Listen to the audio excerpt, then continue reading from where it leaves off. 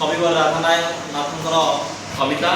यहाँ चिलिका खंडबाई आसी आम आज पढ़ा शुणा पे केमी आम पढ़ा और आम असित की डाकी असित पढ़ आम तो पूर्व स्वर पढ़ते आउ थे आम स्वर पढ़े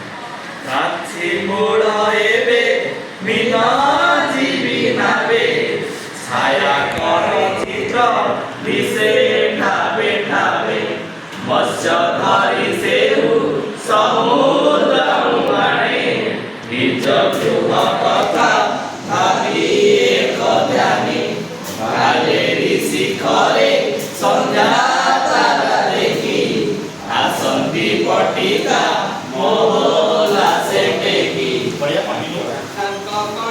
कवि सूर्य